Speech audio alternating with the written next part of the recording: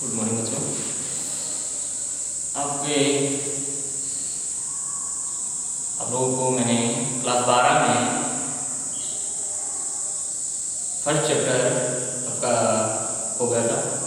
First chapter आपका था solid state part 1। Solid state के बाद सेकेंड चैप्टर आपका है सॉल्यूशन। चैप्टर नंबर सेकेंड क्या है? चैप्टर सेकेंड है आपका कौन सा? सॉल्यूशन। एंड इसको हिंदी में कहते हैं मीडियम। ठीक है, यहाँ से स्टार्ट होने जा रहा है तो पार्ट 1 में सॉल्यूशन चैप्टर। ठीक, तो सॉल्यूशन किसे कहते हैं, सॉल्यूशन कब बनता है? तो पहले हम यही जानेंगे सॉल्यूशन है क्या। सॉल्यूशन कोई भी बनेगा तो दो चीज़ होंगी इसमें, एक होगा सॉल्यूट और एक होगा सॉल्वेंट। सॉल्वेंट सॉल्यूट मतलब कोई चीज घोली हो, इसे हिंदी में कहते हैं विलय, जिसे घोला गया, जिसे घोला गया। किसमें घोला गया? सॉल्वेंट, जिसमें घोला गया, जिसमें घोला गया। सॉल्यूट को घोला गया, जिसमें घोला गया, जिससे घोला गया वो सॉल्यूट होगा, और जिसमें घोला जाएगा वो क्या होगा? सॉल्वेंट होगा। जैसे हम एग्जाम्पल की बात करें तो आप शुगर है, वाटर मिला दो, ठीक, तो मिक्सचर जो बनेगा वो शुगर क्या होगी, इसमें सॉल्यूट होगी, और वाटर क्या होगा? सॉल्वेंट होगा। ये बनेगा, क्या बनेगा? सॉल्यूशन बनेगा। ओके, यानी हमारा सॉल्यूट इसमें कैसा है? सॉलिड स्टेट में। सॉल्वेंट कैसा है? लिक्विड स्टेट में। और सॉल्यूशन हमारा वही लिक्विड में जाएगा। ओके, तो सॉलिड स्टेट लिक्विड स्टेट मिला, लिक्विड स्टेट का सॉल्यूशन होगा, यानी जैसा हमारा सॉल्वेंट होगा वैसा ही हमारा सॉल्यूशन बनेगा।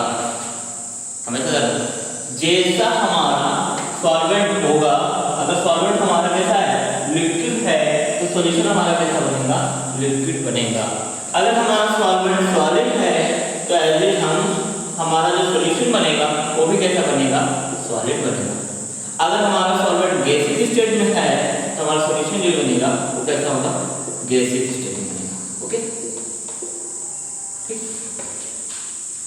जैसे हम बात करते हैं वाटर। वाटर कैसा? ठोस द्रव का अगर वाटर है, उसमें वाटर में जो वाटर नहीं होता है, अगर किसी वाटर की बात करें तो उसमें उसके बीच की जो स्पेस रहता है उनमें क्या रहता है? ऑक्सीजन गैस रहती है, वो भी गैस रहती है।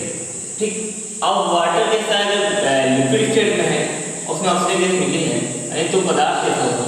लिक्विड में। ओके, वाटर तो लिक्विड वो दिख नहीं रहा लेकिन है, किसी वाटर में गैस उपस्थित होगी, वो ऑक्सीजन गैस। ठीक है, तो थोड़ा सी आप डिस्कस करते हैं तो आपको सॉल्यूशन तो समझ में आ गया होगा सभी को। हमारे साथ से जैसे हम बता रहे हैं कि सीधी सी परिभाषा आपको लिखना है, जब किसी सॉल्यूट को सॉल्वेंट में घोला जाता है तो बनने वाला मिक्सचर क्या कहलाएगा? सॉल्यूशन कहलाता है। जब किसी सॉल्यूट को किसी सॉल्वेंट में घोला जाता है तो बनने वाला मिक्सचर क्या कहलाता है? सॉल्यूशन कहलाता है, यानी विलयन कहलाता है। हिंदी में बोले थोड़ा सा, जब विलय को विलायक में, इसको क्या कहते हैं? विलायक। जब विलय को विलायक में घोलते हैं तो बनने वाला विलयन, बनने वाला मिक्सचर, मिश्रण क्या कहलाएगा? विलयन कहलाएगा। ठीक है, तो आप परिभाषा लिख लेंगे। अब बात करते हैं विलयन के प्रकार। विलयन के प्रकार, विलेन के प्रकार की बात करें तो 3 टाइप से बांट सकते हैं, ठीक। गैसीय विलेन, ठोस विलेन और ध्रुवीय विलेन, ठीक। तो क्योंकि हमारे 3 ही स्टेट में हमारे पास पदार्थ मिक्सचर होता है। कोई मिक्सचर या ठोस में होगा या द्रव में होगा या गैस में होगा, ठीक। तो ठोस में होना चाहिए, द्रव में होगा या गैस में होगा। तो विलेन के प्रकार 3 टाइप होंगे, एक ठोस विलेन होगा, एक द्रव विलेन होगा, एक गैस विलेन होगा। समझ में आया? तो अगर हम मान लेते हैं हमारे पास ठोस विलेन है, ठोस विलेन है, तो ठोस विलेन में विलायक तो ठोस होगा, हमेशा विलायक कैसा रहेगा?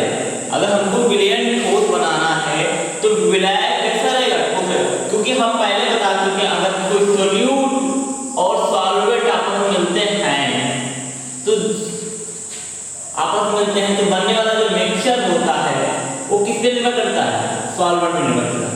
जैसा सॉल्वेंट होगा, अगर सॉल्वेंट ठोस है, सॉलिड है तो मिक्सचर सॉलिड बनेगा, अगर सॉल्वेंट लिक्विड है तो मिक्सचर लिक्विड बनेगा, सॉल्वेंट गैसीय स्टेट में है तो मिक्सचर गैसीय स्टेट में बनेगा, ओके, गैस में होगा। आपको हमेशा ध्यान रखना है कि हमारा जो सॉल्वेंट होगा उससे बनने वाला जो सॉल्यूशन हमारा होगा वो सॉल्वेंट पे निर्भर करेगा। सॉल्वेंट की अवस्था सॉलिड है तो वो सॉलिड रहेगा, अगर सॉल्वेंट की अवस्था लिक्विड है तो लिक्विड रहेगा, अगर सॉल्वेंट की अवस्था कैसी है, गैसीय स्टेट में है तो गैस में होगा। क्लियर? तो वही चीज में अगर हम 3 प्रकार से ठोस, द्रव और गैस, तो हमारा सॉल्यूट तो हमेशा सॉल्यूट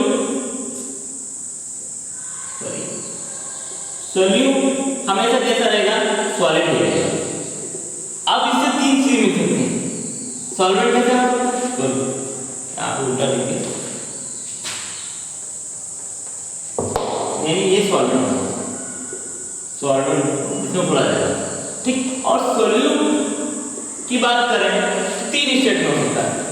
एक सॉलिड किससे मिल सकता है? मान लो सॉलिड से ही मिल सकता है, दूसरा गैस से और तीसरा लिक्विड से, ओके। यानी सॉल्वेंट एक ही होगा, सॉलिड स्टेट में रहेगा, सॉल्यूट सॉलिड हो सकता है, गैस हो सकता है, लिक्विड हो सकता है। अब इनसे बनने वाला जो सॉल्वेंट होगा, सॉल्यूशन होगा, वो कैसा होगा? सॉलिड ही होगा। अब फॉर एग्जांपल के समझ लेते हैं, अगर हमारा सॉल्यूशन सॉल्यूट और सॉल्वेंट दो चीजें, अगर हमारा सॉल्यूट सॉलिड है, सॉल्वेंट भी सॉलिड है, सॉल्यूट सॉलिड है और सॉल्वेंट भी सॉलिड है, तो इसका एग्जांपल क्या होगा? जैसे हम बात करते हैं तांबा, देखते हैं सोना में शुद्ध नहीं होता है, उसमें कोई ना कोई चीज पदार्थ मिली रहती है, क्योंकि सोना इतना मुलायम होता है, अगर उसमें कोई अन्य कोई कठोर चीज ना मिलाई जाए तो वो अपने आप टूट जाएगा। तो उसके लिए क्या करते हैं, मान लो उसमें तांबा मिलाते हैं, ठीक। तो अगर तांबे में सोना या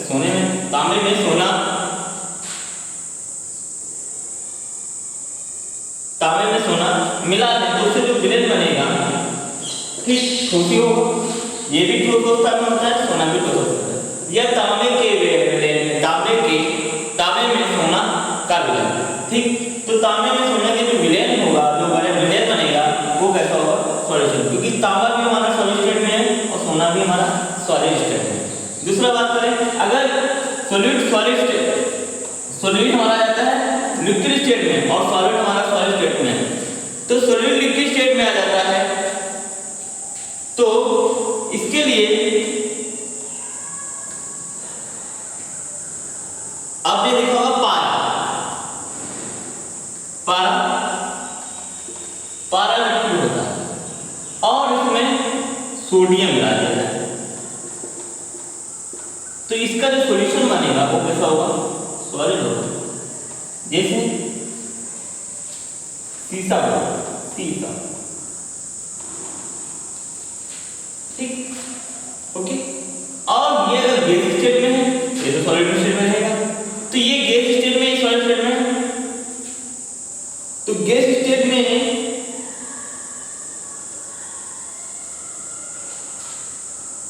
यहाँ पे अगर हाइड्रोजन गैस ले लें को पैलेडियम पीडी से मिला दें तो हाइड्रोजन पैलेडियम बनता है PbH2। ठीक, ये कैसा होता है सॉलिड स्टेट में। ओके, तो मतलब सीधा सा है, जब सॉलिड को सॉलिड से मिलाएं तो उसके लिए एग्जाम्पल तांबे और सोने का विलयन, लिक्विड को सॉलिड में मिलाएं उसके लिए पारा और सोडियम मिला दिए जो बना सीसा, और गैस को सॉलिड में मिलाएं, गैस से हाइड्रोजन और पैलेडियम मिला दें, पैलेडियम हाइड्रोइड बना। ये भी कैसा होगा सॉलिड स्टेट में, यानी हमारा सॉल्यूशन तीनों स्टेट में जैसा आया सॉलिड है।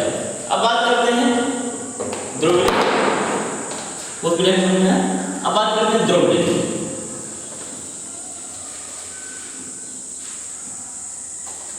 द्रव्यमान की बात करें, द्रव्यमान में हमारा सॉल्वेंट कैसा होगा, कैसा होगा लिक्विड ही होगा, और जो सॉल्यूशन भी बनेगा वो भी कैसा होगा लिक्विड होगा। ओके, यानी सॉल्यूट हमारा तीन प्रकार से चलेगा, एक बार क्या रहेगा लिक्विड रहेगा, और एक बार सॉलिड रहेगा, और एक बार गैसीय स्टेट में। चलो समझते हैं, जब हमारा लिक्विड स्टेट में ऐसी कौन सी स्टेट है जिसमें कोई सॉल्यूशन है, जिसमें सॉल्यूट लिक्विड है, सॉल्वेंट भी लिक्विड है, सॉल्यूशन बनेगा लिक्विड। बताओ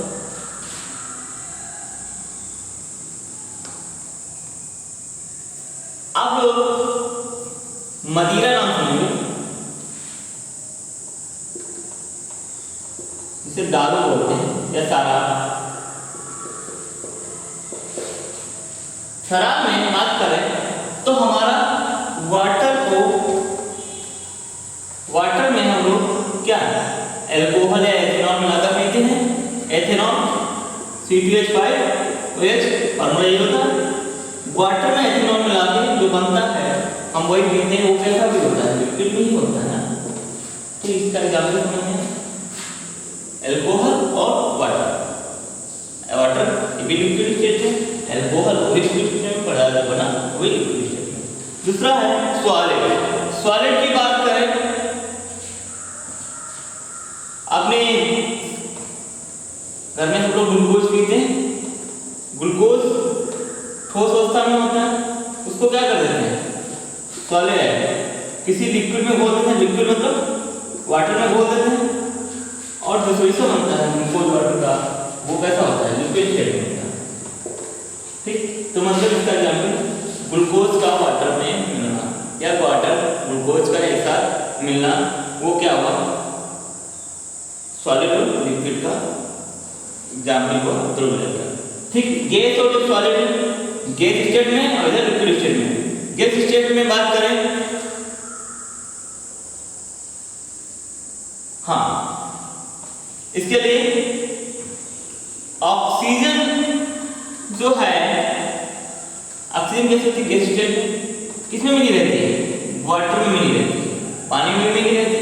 तो जो उसका सॉल्यूशन होगा वो कैसा होगा लिक्विड होगा, सॉल्यूशन तो कैसा होगा लिक्विड होगा, हमें दिखता नहीं लेकिन वाटर में ऑक्सीजन या अन्य गैसें भी मिली रहती है, ज़्यादा मात्रा किसकी होती है ऑक्सीजन की।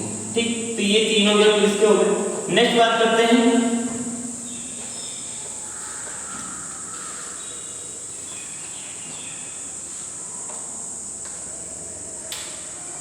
गैस।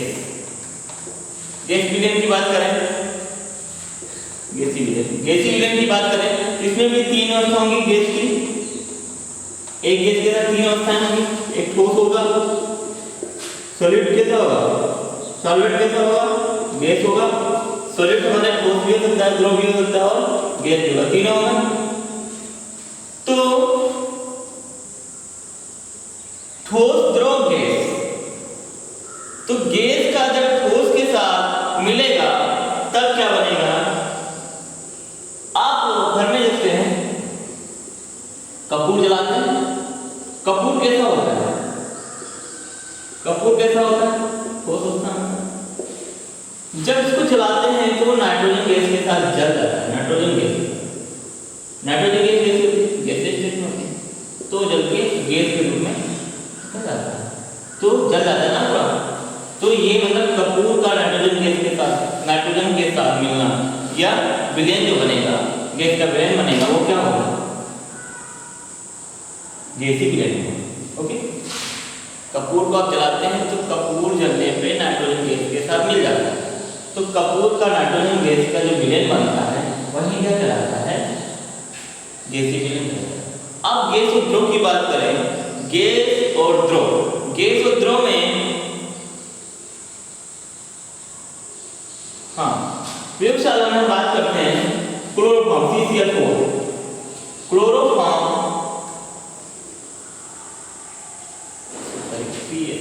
PaCl। क्लोरोफॉर्म को हम किसी गैस में मिला देते हैं, कोई भी गैस ले सकते हैं, नाइट्रोजन गैस ले मिला देंगे तो जो गैस बनेगा वो कैसा होगा? गैस स्टेट में होगा। और लास्ट है गैस का। गैस की बात करें, ऑक्सीजन और नाइट्रोजन का मिश्रण, नाइट्रस ऑक्साइड N2, ये क्या है? ये भी है। तो ऑक्सीजन और नाइट्रोजन गैस का मिश्रण जो कंपाउंड बनता है, ये के सारे गैस का जाल है जो गैसीय विलयन बनाता है। ठीक, तो हमेशा याद रखना है तीनों टाइप से कोई भी रिएक्शन होगी उसमें सॉलिड ठोस अवस्था में, अगर सॉल्वेंट जैसी स्टेट में होगा, सॉल्वेंट अगर हमारा सॉलिड में है तो सॉल्यूशन सॉलिड में बनेगा, सॉल्वेंट हमारा लिक्विड स्टेट में है तो सॉल्यूशन लिक्विड स्टेट बनेगा, अगर सॉल्वेंट हमारा गैसियस स्टेट में है तो सॉल्यूशन गैसियस स्टेट में बनेगा। ये पॉइंट आप नोट करें। ठीक है, नेक्स्ट बात करते हैं अब इनकी सांद्रता, किसी सॉल्वेंट की सांद्रता या किसी सॉल्यूट की सांद्रता कैसे ज्ञात करेंगे उसके बारे में पढ़ना है।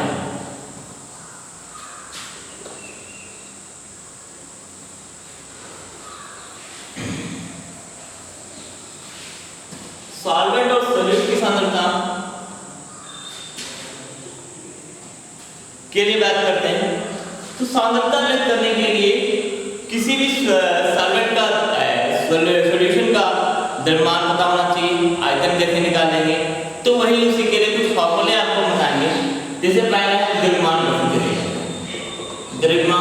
प्रतिशत, कितने प्रतिशत द्रव्यमान है उस सॉल्यूट में किसी भी परमाणु का। ठीक, किसी भी अवयव का द्रव्यमान कैसे निकालेंगे? मान लो इससे कोई रिएक्शन दी गई है,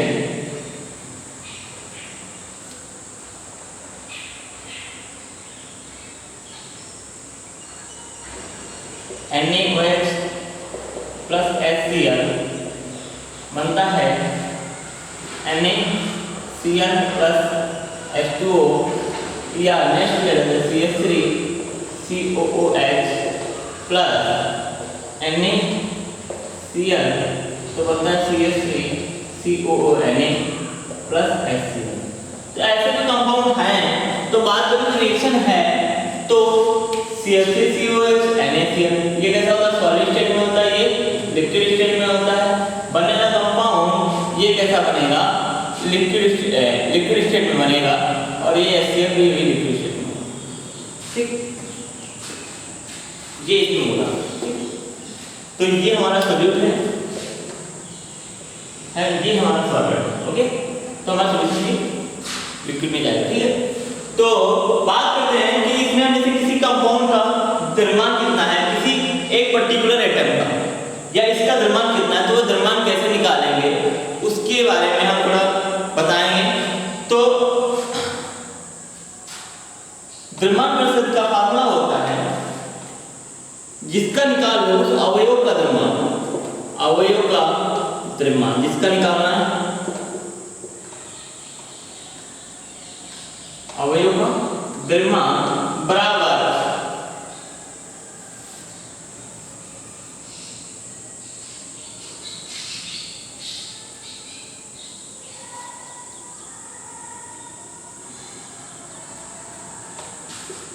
विलयन में उपस्थित अवयव का द्रव्यमान द्रव्यमान बटे विलयन में उपस्थित कुल द्रव्यमान, विलयन का कुल द्रव्यमान गुणे 100। ठीक, तो ये इसका दिमाग से फॉर्मूला होगा। उदाहरण के लिए आपको समझा दें,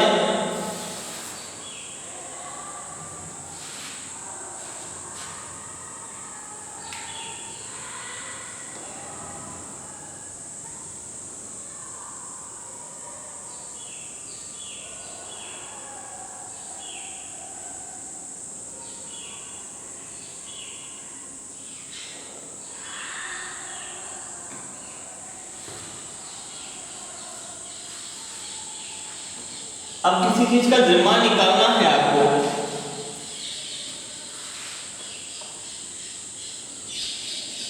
अवयव का द्रव्यमान क्या है, जैसे इसी में बात करते हैं। मान के चलते हैं हमारा सॉल्यूशन कितने 100 ml का है, तो विलयन का कुल द्रव्यमान क्या होगा 100 ml होगा। ठीक, विलयन में उपस्थित अवयव का द्रव्यमान, किसी एक अवयव का द्रव्यमान अगर इसका दिया है 90 है तो इसका द्रव्यमान क्या होगा। ठीक, तो इसका द्रव्यमान निकालने के लिए यहाँ पे इसकी वैल्यू रख देंगे 90 बटे 100 गुणे 100। इसका 90 दिया है तो इस विलयन का द्रव्यमान कितना होगा 10, तो इसका परसेंट निकालना कितना परसेंट होगा, तो ये 100% पूरा हमारा सॉल्यूशन हमारे पास है। ठीक, इसको ऐसे लगाएंगे,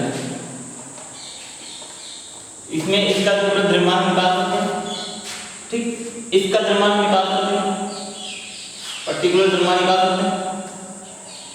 ठीक, अब मान के चलिए हमको इसका द्रव्यमान परसेंट निकालना है, द्रव्यमान परसेंट इसका निकालना है, NaCl का हमको NaCl अवयव का द्रव्यमान परसेंट निकालना है। तो कुल इसका द्रव्यमान निकालते हैं। कार्बन का द्रव्यमान निकालने के लिए कार्बन का द्रव्यमान 12, कार्बन का द्रव्यमान 12, हाइड्रोजन का 3, 12, ऑक्सीजन का 16, 32 और प्लस 1, तो 2 3 2 5 3 8 2 10 का 0 1 3 4 5 6 60। NaCl का होगा कितना होगा, सोडियम का 23, Cl का 35.5, 0.5 5 3 8 और 3 2 5 58.5। यानी विलयन का कुल द्रव्यमान कितना होगा, जोड़ दो ये 0.5 8 और 6 11, यानी कुल द्रव्यमान होगा 118.5। और हमें NaCl का निकालना, तो इसका द्रव्यमान कितना दिया गया है 60 × 100। तो इसको सॉल्व कर लेंगे, जो वैल्यू आएगी वो NaCl का द्रव्यमान प्रतिशत होगा, उसको 100 से घटा देंगे तो ये इसका द्रव्यमान प्रतिशत आ जाएगा। ओके, हमारा सॉल्यूशन पूरा हमारा 100 ml का। ठीक, तो 100 ml में मान लीजिए Xml ये है, इसके लिए पहले वैल्यू निकाल दी हमने, तो वो जो निकलेगा उसको इसमें कर दोगे -100 से कर दोगे तो हमारा वैल्यू इसका। ठीक है, तो ये ऐसे फार्मूला होगा। तो अवयव का द्रव्यमान प्रतिशत निकालना है तो इतना फार्मूला है, विलयन में उपस्थित अवयव का द्रव्यमान बटे विलयन का कुल द्रव्यमान × 100। फार्मूला आपको याद रखना, आगे न्यूमेरिकल आएंगे तो हम बताएंगे। नेक्स्ट बात करते हैं आयतन प्रतिशत। आयतन प्रतिशत के लिए फार्मूला होता है सेम ही होगा, आयतन प्रतिशत। आयतन प्रतिशत अगर निकालनी है, आयतन प्रतिशत में वही आएगा जिसका द्रव्यमान आयतन निकालना है उसका अवयव का आयतन बटे कुल आयतन इनटू। ठीक, देखो जिस चीज का अवयव का आयतन निकालना है उसका आयतन बटे कुल आयतन इनटू 100।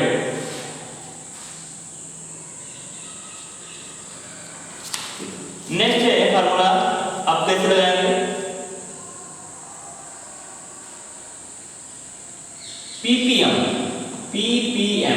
ppm का फार्मूला निकालने के लिए पार्ट्स पर मिलियन, इसको बोलते हैं पार्ट्स पर मिलियन। ठीक, पार्ट्स पर मिलियन का फार्मूला होता है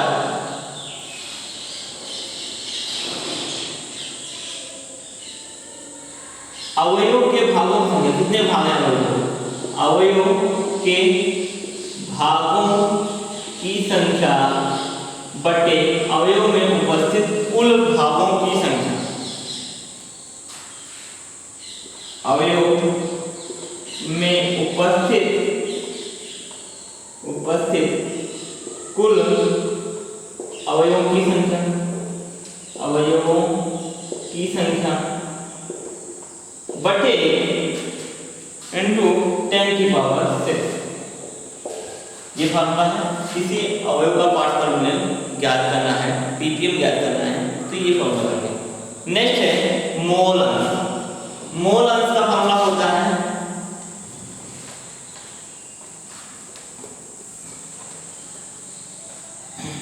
मोल अंश।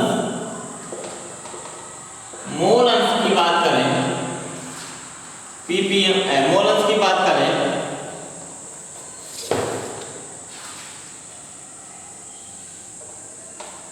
तो मोल ज्ञात करने के लिए आपको किसी मोल ज्ञात करने के लिए अवोगाद्रो संख्या या अवोगाद्रो नंबर के फॉर्मूला यूज करते हैं। ठीक, मोलों की संख्या बराबर क्या होता है कुल द्रव्यमान बटे दिया गया द्रव्यमान बटे पदार्थ का द्रव्यमान, जिसका द्रव्यमान होता था उसका द्रव्यमान क्या होता रखते थे या आरडीओ। ठीक, तो ये फॉर्मूला आप यूज करते थे या दूसरा फॉर्मूला यूज करते थे मोलों की संख्या ज्ञात करने के लिए, पदार्थ के मोलों की संख्या बटे अवोगाद्रो नंबर। ठीक, तो ये फॉर्मूला कहते हैं मोल अंश उसी की तरह डिफरेंट निर्भर करता है। कोई भी जो है रिएक्शन होगी उसमें दो पदार्थ होंगे, एक मान लेते हैं ए है और एक बी है, मिलकर क्या बनाना है सी बनाना है। ठीक, तो मोलों की संख्या अगर हम ज्ञात कर रहे हैं, ठीक, तो मान लेते हैं ए का मोल x है, बी का मोल x है। मोल क्या है, ए के मोल है x और बी के मोल x है। तो अगर हम मोल अंश लिखते हैं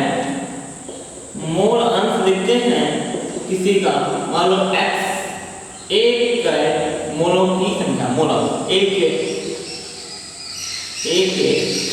मोल अंश क्या होंगे, तो ए के अवयव की संख्या, ए के मोलों की संख्या बटे कुल मोलों की संख्या, यानी ए के मोलों की संख्या बटे कुल मोलों की संख्या। जैसे ए के मोल की संख्या x है, कुल मोल की संख्या x है प्लस xb। तो फार्मूला आएगा, अगर ए के लिए मोल अंश निकाल रहे हैं तो x बटे x प्लस xb। अगर हम b के मोल अंश निकाल रहे हैं तो यहाँ पे क्या हो जाएगा xb बटे fa प्लस xb। xb। ठीक, तो ये चीजें समझ में आई। मोल अंश निकालने के लिए मोल के लिए फार्मूला बोले तो सीधा सा है कि जिस अवयव का मोल निकाले हैं उसके मोलों की संख्या बटे कुल मोलों की संख्या को उसका क्या कहते हैं, उस पदार्थ का मोल अंश कहते हैं या उस अवयव का मोल अंश। किसी अभिक्रिया में उस अवयव के मोलों की संख्या बटे कुल मोलों की संख्या को उसका मोल अंश कहते हैं, उस अवयव की मोल अंश कहते हैं। ठीक है, परिभाषा अगर आप लिखना चाहें तो ऐसे लिखेंगे, किसी अभिक्रिया में उस अवयव के मोलों की संख्या बटे के तथा उस कुल मोलों की संख्या के भाग को क्या कहते हैं, उस अवयव का मोल अंश कहते हैं। ठीक, तो आप फार्मूला लिख लेंगे। अब इन्हीं फार्मूले में कुछ न्यूमेरिकल है हम लगाएंगे। पहला न्यूमेरिकल दिया है आपका पर्सनली उदाहरण 2.1 दिया गया है कि एथिलीन ग्लाइकॉल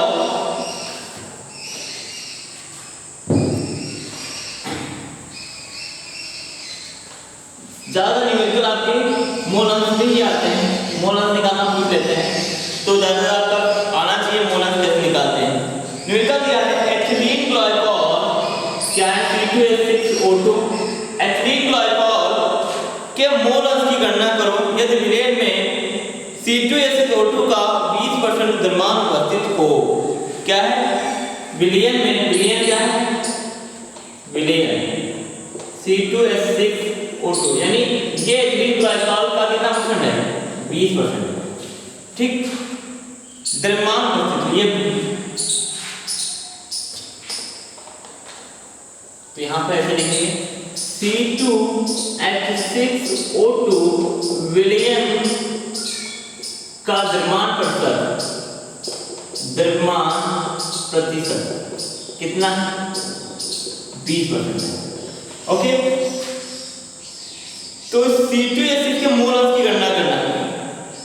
तो हम जानते हैं कोई भी अगर सॉल्यूशन होगा, मान लेते हैं हमारे पास कितना सॉल्यूशन है? 100 ml का सॉल्यूशन होता है। 100 ml सॉल्यूशन है तो उसमें 20% क्या है? C2H6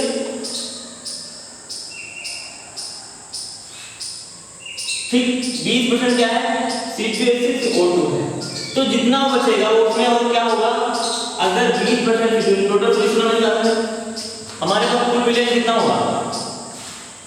कुल विलयन कितना है?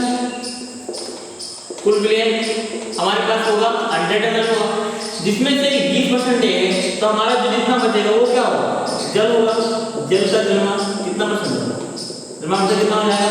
100 माइनस 20 यानी 80% हमारा क्या होगा? उसमें जल होगा। ठीक, तो अब याद क्या करना है हमें? हाँ, एथिलीन ग्लाइकॉल के हमें मोल अंश निकालने हैं। तो एथिलीन ग्लाइकॉल के मोल अंश निकालने के लिए अगर हम एथिलीन ग्लाइकॉल का मोल तो एथिलीन के मोलों की संख्या बटे कुल मोलों की संख्या क्या करते हैं? ठीक, इसका द्रव्यमान दिया गया है कितना है? द्रव्यमान प्रतिशत कितना है? 80%। ठीक, तो पहले हम सबके पहले मोल ज्ञात करते हैं, कितने कितने किसके मोल हैं। मोल ज्ञात करने के लिए उसका द्रव्यमान बटे उस पदार्थ का कुल द्रव्यमान।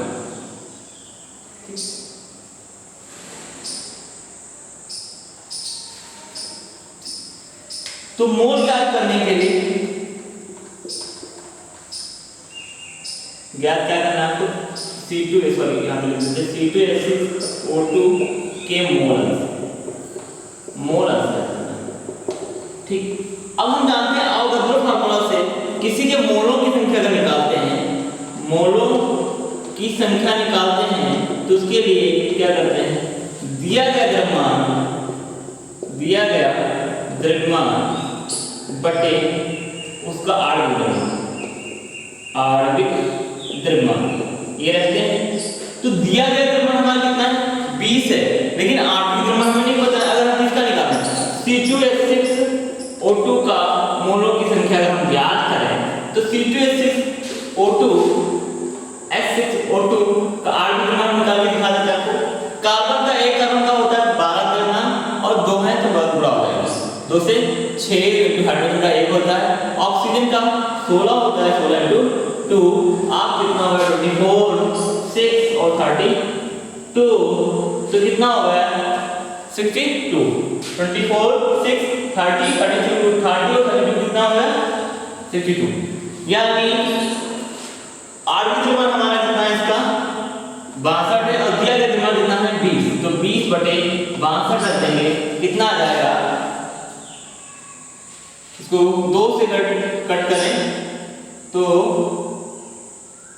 10 31। इसको भाग करेंगे तो जो भी आएगा 31 को 10 से भाग करें यानी 0.100 हो जाएगा, यानी 3 3 9 3 3 9 और 3 एकदम 3 यानी 93 यानी 70 बचा और दशमलव लगा था 0 यानी 700। तो कितना हो गया? 7 21 8 24 70। हाँ 70 हुआ। तो 70 है 31 से भाग कर रहे हैं 3 दूनी 6 2 से कट जाएगा यानी 31 गुना 62 यानी 80 फिर 2 से कटेगा यानी 3.0.322 मोल। ये मोल इसके आ जाएंगे। ठीक, हमें मोल अंश ज्ञात करना। मोल अंश का फार्मूला होता क्या है? मोल अंश किसका ज्ञात करना है?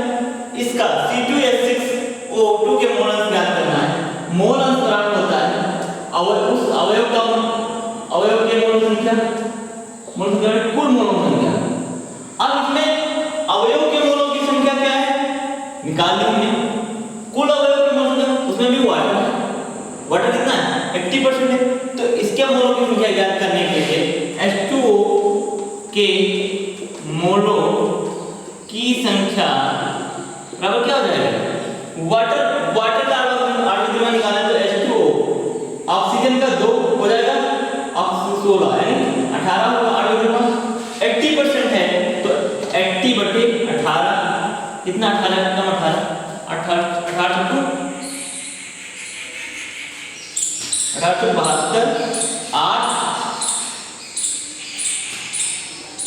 8.4 ठीक और फिर 4 मोल आ गए। ओके तो ये तो आ गए इसके मोल H2O के मोल और H2O तब मोल अंश निकाल लेंगे। इधर देख लो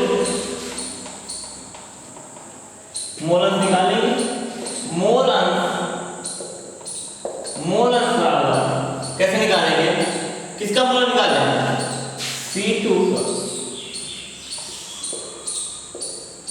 C2H6O2 के मोल अंश जिसे मोल प्रोडाक्ट कहते हैं।